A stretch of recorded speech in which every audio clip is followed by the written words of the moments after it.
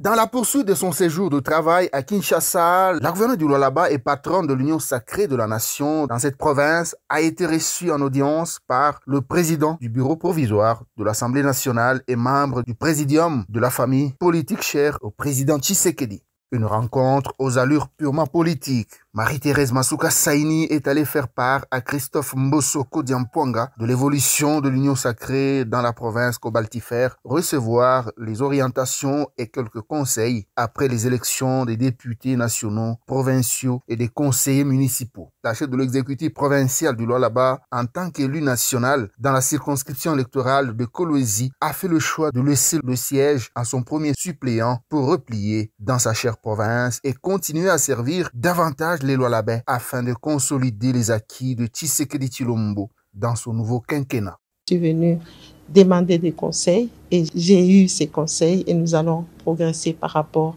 à l'Union sacrée, beaucoup plus spécialement. De son côté, le président du bureau provisoire de la Chambre basse du Parlement de la RDC a confié à la presse que ses collègues frappés d'incompatibilité sont appelés à choisir entre l'Assemblée nationale et les fonctions qu'ils occupent. Il y a des ministres, des vice-ministres, des mandataires qui ont fait des choix. Du fait qu'ils ont été élus députés nationaux, eh bien, ils ont fait le choix pour l'Assemblée nationale. D'autres ont fait le choix pour rester là où ils travaillent aujourd'hui. Celui qui n'aura pas choisi, ni là où il est aujourd'hui, ni à l'Assemblée nationale, il est censé avoir renoncé à son mandat. Avant de quitter le cabinet Mbosso, Masuka Saini a reçu les exemplaires de la charte de l'Union sacrée de la nation. Vous avez vu que nous avons reçu la charte, donc nous allons faire une bonne diffusion et continuer.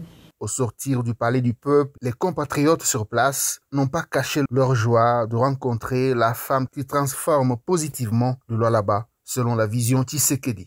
C'est tout un marathon d'activités politiques auxquelles celle que les Lualabais appellent affectueusement fille aînée de l'Union sacrée s'est livrée dans la capitale du Congo Kinshasa pour le bien de son peuple avant de regagner sa juridiction.